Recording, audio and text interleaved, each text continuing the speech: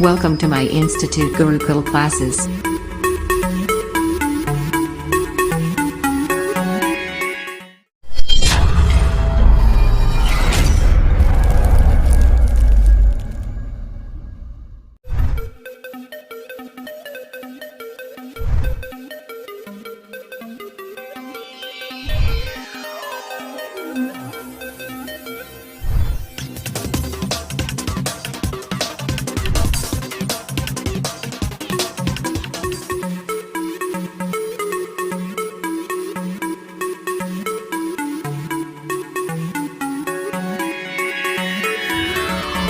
Let's start with concept. Concept is power.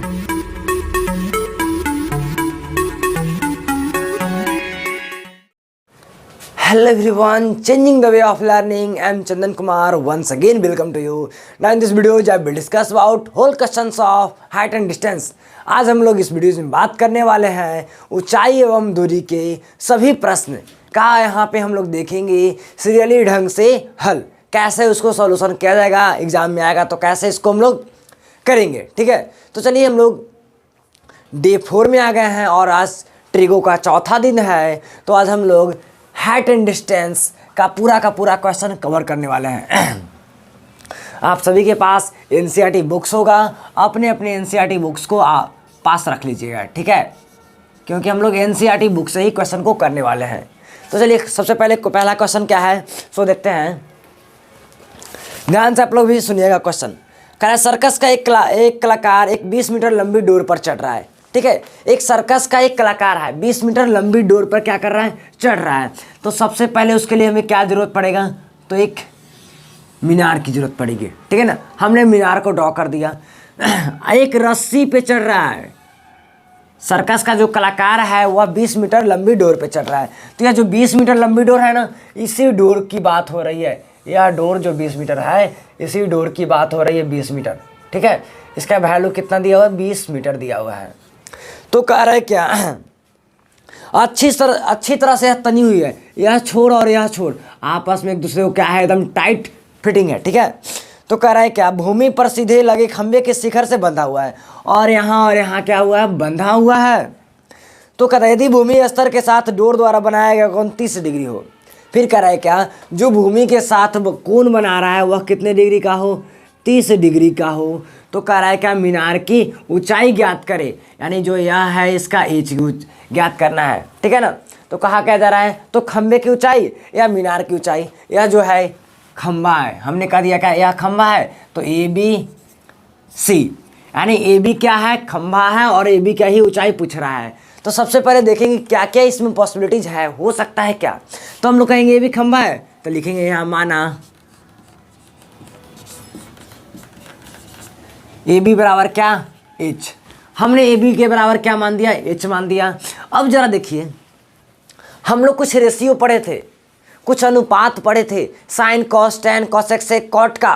ठीक है ना, तो यहाँ पे देखिए तो किसी का कॉम्बिनेशन मैच कर रहा है क्या। अगर साइन 30 लेते हैं तो लंब इस एंगल के लिए, देखिए सबसे पहले इस एंगल के लिए यह क्या हो जाएगा, तो यह लंब हो जाएगा। हमने कहा बिल्कुल हाँ जी हाँ, लंब हो जाएगा। और यह 90 डिग्री है, तो 90 डिग्री के सामने वाली भुजा हमेशा क्या होती है, तो कर्ण होती है। हमेशा क्या होती है, तो कर्ण होती है। ठीक है ना, तो लंब बटा कर्ण हम लोग जानते हैं किसका फार्मूला होता है जी। तो ज़रा देखिए इधर, अगर हम लोग साइन थीटा यहाँ पे निकाल दे, क्या करें साइन थीटा, तो होता है क्या, तो लंब बटा कर्ण होता है जी। ठीक ना, तो लंब बटा कर्ण होता है, साइन थीटा इक्वल टू लंब बटा कर्ण। यह लंब हो गया, यह कर्ण हो गया। यह दिया हुआ है वैल्यू कितना, साइन 30। तो साइन 30 का पहले हम लोग वैल्यू साइड में निकाल लेंगे। साइन 30 का वैल्यू होता है क्या, तो जरा देखिएगा, हम लोग फिंगर पे निकालने के लिए बताए थे साइन 30 का वैल्यू 0 30। अगर साइन बोले तो क्लॉकवाइज में तो कितने फिंगर, एक फिंगर, 1 बटा क्या हो जाएगा 2, ऊपर वाला हमेशा रूट अंडर। तो साइन 30 का वैल्यू हो गया, साइन थीटा का फॉर्मूला मेरे पास आ गया। अब कह रहा है एच निकालना है बाबू, तो एच कैसे निकालेंगे, चलिए हम लोग देखते हैं। ए बी बराबर क्या है, एच, तो बोलेंगे क्या, और क्या है, AC बराबर क्या है, AC बराबर 20 मीटर है। ठीक, अब यहाँ पे हम लोग लिखेंगे त्रिभुज ABC में। ठीक है, किसमें, त्रिभुज ABC में। तो लगाएंगे यहाँ पे क्या हम लोग, तो साइन 30 साइन 30 बराबर क्या हो जाएगा, लंब क्या है जी, ए बी है, तो हम लोग कह देंगे ए बी है, तो ए बी बटा क्या हो जाएगा जी, कर्ण क्या है, ए सी है, तो ए बी बटा क्या हो गया, ए सी। साइन 30 का वैल्यू अभी अभी हमने देखा क्या 1/2 होता है। ए बी का वैल्यू क्या है जी, एच है, तो ए बी का वैल्यू हमने क्या लग दिया, एच, और ए सी का वैल्यू कितना है, 20 है। और ज़रा देखिए 2 10 जा 20, अब इसको क्रॉस मल्टीप्लिकेशन कर देंगे तो एच बराबर क्या आ जाएगा, तो 10 मीटर आ जाएगा। तो हम लोग बोलेंगे क्या, तो जो खंभे की ऊंचाई है वह क्या है, 10 मीटर है, तो लास्ट में लिख देंगे अतः खंभे की ऊंचाई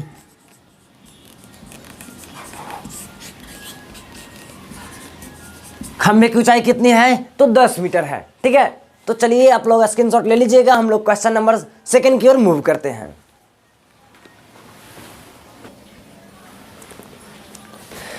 तो चलिए अब हम लोग क्वेश्चन नंबर 2 की ओर मूव करते हैं। सेकंड क्वेश्चन आपने अपने बुक में देखिएगा। सेकंड क्वेश्चन क्या कर रहा है, आंधी आने से एक पेड़ टूट जाता है। सबसे पहले देखिए आंधी आने से क्या होता है, एक पेड़ टूट जाता है। तो आंधी मान लीजिए क्या है जी, पेड़ है, और आंधी आया और यहाँ से क्या हो गया, यहाँ से टूट गया, ठीक ना, और यहाँ से यहाँ तक बच गया। ठीक है, सो देखिए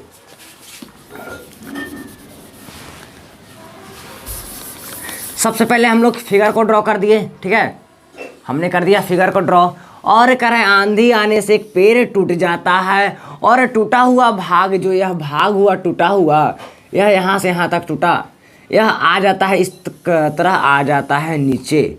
ठीक है, क्या हो जा रहा है, यह जो पेड़ है वह टूट कर यह वाला भाग यह नीचे आ जाता है। तो हमने कहा ऐसा बात है, नीचे आता है, तो हमने कहा यह ए है, और यह बी है, और यह सी है, और यह डी है। ठीक, पूरा मेरा पेड़ क्या था, पूरा पेड़ हमारा बी डी है। ठीक, तो कह रहा है यह जो टूट कर यहाँ आ जाता है, यानी ये सॉरी इसको हम लोग सी मानते हैं। ठीक है, सी, चलिए सी भी कोई दिक्कत नहीं है, डी भी हम लोग ले सकते हैं। हम लोग कहेंगे क्या, जो यह ए डी है सी ए बन जाता है, तो हम लोग कह सकते हैं एक बात को कि ए डी बराबर क्या है, सी ए है, क्योंकि यह टूटा हुआ भाग ही इस तरह आया है। ठीक, तो कहता है क्या, जब यह कोण टूट कर नीचे आता है तो इसके साथ पाद बिंदु के साथ 30 डिग्री का कोण बनाता है। तो हमने 30 डिग्री का कोण बनाता है, तो हमने लिख दिया 30 डिग्री का कोण बनाता है। फिर क्या कहता है जी, तो पेड़ के पाद बिंदु यानी यह पाद बिंदु से जमीन, पेड़ की पाद बिंदु को जहाँ पेड़ का शिखर जमीन को छूता है वह 8 मीटर है। यानी कह रहा है कि यहाँ से यहाँ तक का दूरी कितना है, तो 8 मीटर है। तो कह रहा है पेड़ की ऊंचाई ज्ञात करे, और यहाँ से यहाँ तक का वैल्यू पूछ रहा है हमसे। ठीक ना, तो सबसे पहले देखिएगा, यानी कि पेड़ की ऊंचाई पूछ रहा है, तो पेड़ की ऊंचाई कहाँ हो गया जी, तब पेड़ की ऊंचाई यहाँ से यहाँ तक हो गया। ठीक है, यहाँ से यहाँ तक। तो हमें पूछ क्या क्या रहा है, जब यह 8 मीटर दिया हुआ है और यह क्या है बाबू 90 डिग्री। ठीक ना, तो 90 डिग्री के सामने वाली भुजा क्या होती है, हमेशा कर्ण होती है। अब जरा देखिए कर्ण और दिया हुआ है क्या, हमें इस एंगल के लिए आधार और कर्ण दिया हुआ है, और हमें पूछ निकालना क्या है, हमें इस चीज़ को भी निकालना है और इसको भी निकालना है।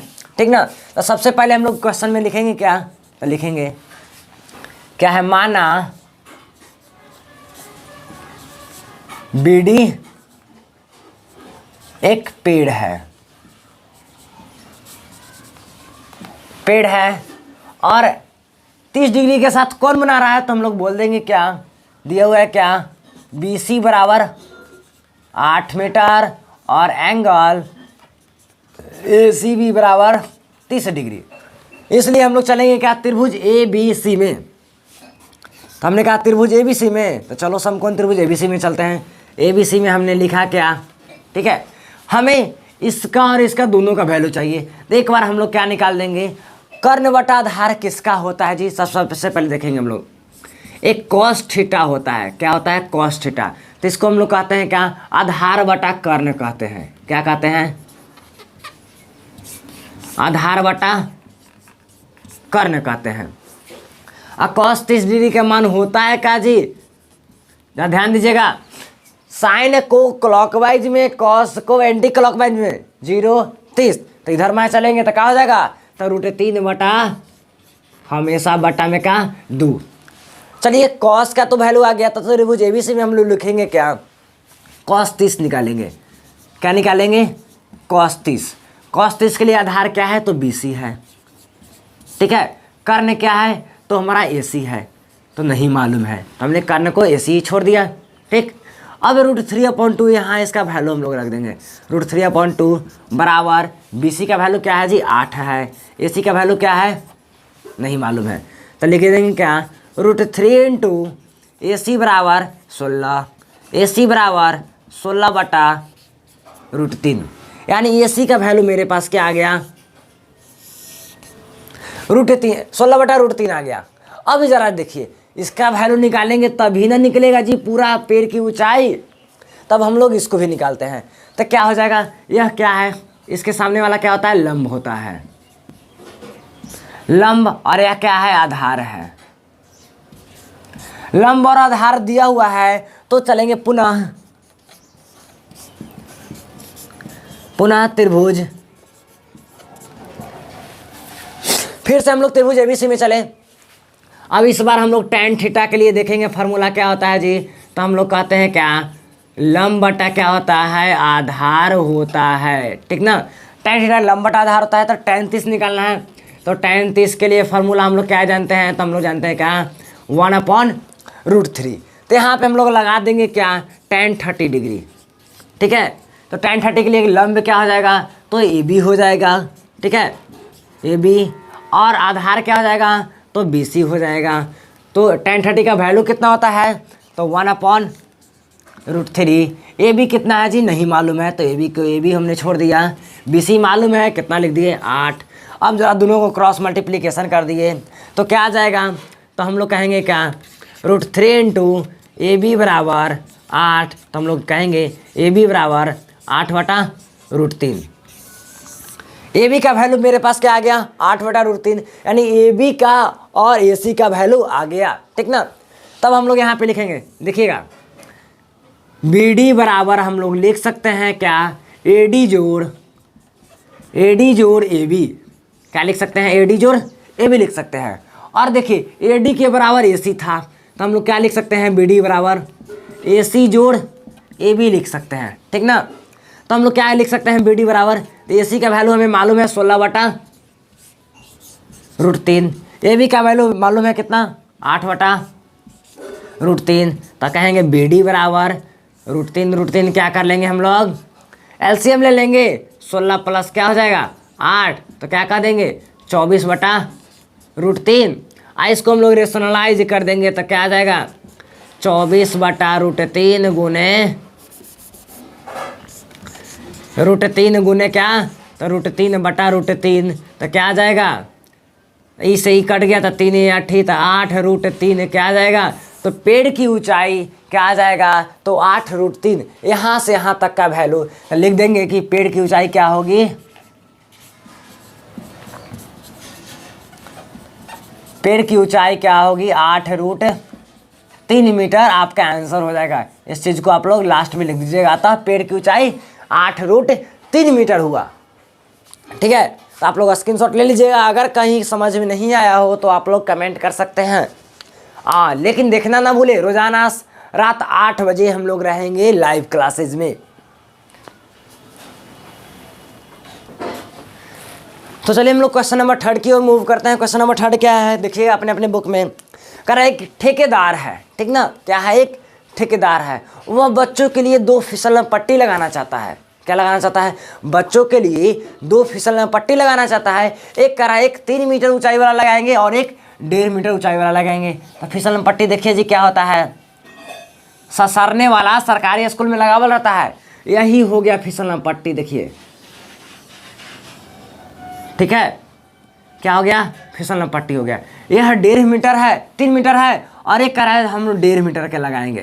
क्या मीटर के लगाएंगे, तो 1.5 मीटर के लगाएंगे। तो हमने कहा 1.5 मीटर, तो कुछ छोटा पार देते हैं हम लोग जी। तो कह रहा है इसका वैल्यू 1.5 मीटर है, तो इसको मान लेते हैं त्रिभुज ABC, इसको मान लेते हैं हम लोग क्या, PQR, ठीक है। और यह 90 और यह 90, यह कह रहा है क्या 3 मीटर है। तो ध्यान से सुनिएगा। तो कह रहा है क्या, जो छोटे बच्चों के लिए जो बनाया जा रहा था फिसल पट्टी, वह कितने डिग्री कोण क्रिएट कर रहा है, तो वह 30 डिग्री के कोण पर झुका है। क्या डिग्री के कोण पर झुका है, 30 डिग्री। और जो बड़े बच्चों के लिए बनाया जा रहा था 5 वर्ष से अधिक के लिए, वह 60 डिग्री पर झुका है। तो कह रहा है क्या, तो प्रत्येक स्थिति में फिसलन पट्टी की लंबाई क्या होनी चाहिए। तो प्रत्येक स्थिति में फिसलन पट्टी की लंबाई, यानी इसका वैल्यू पूछ रहा है, तो इसको मान लेते हैं x और इसको मान लेते हैं हम लोग का y मीटर और x मीटर, यानी AC और PR का वैल्यू हमसे पूछ रहा है, ठीक है ना। तो सबसे पहले देखिए हम लोग क्या लिखेंगे। सबसे पहले देखिए हम लोग चलेंगे क्या, त्रिभुज ABC में, ठीक है ना। त्रिभुज ABC में क्या क्या दिया हुआ है जी, तो लिख लेंगे। फिसलन पट्टी की लंबाई क्या है, तो हमने कहा सर जी AC बराबर क्या है, x मीटर है, और AB बराबर क्या है, 1.5 मीटर है, ठीक। AC बराबर x मीटर, AB बराबर 1.5 मीटर। तो हमसे पूछ क्या रहा है, इसका वैल्यू पूछ रहा है। तो किस में होता है जी, यह सामने वाला है, तो यह क्या हो गया, यह लंब, यह क्या हो जाएगा, यह कर्ण।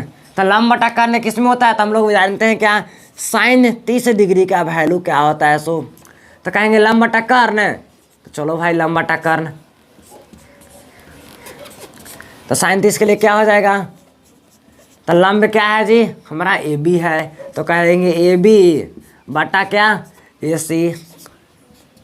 तो sin 30 बराबर क्या हो जाएगा, AB का वैल्यू कितना है, तो 1.5 है, AC का वैल्यू कितना है, x है, तो sin 30 का value 1/2, 1.5/x, cross multiplication x बराबर 3 मीटर।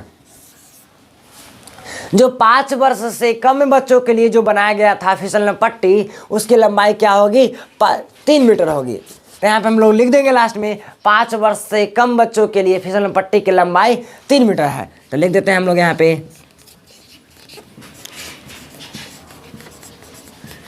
फिसलन पट्टी की लंबाई क्या है,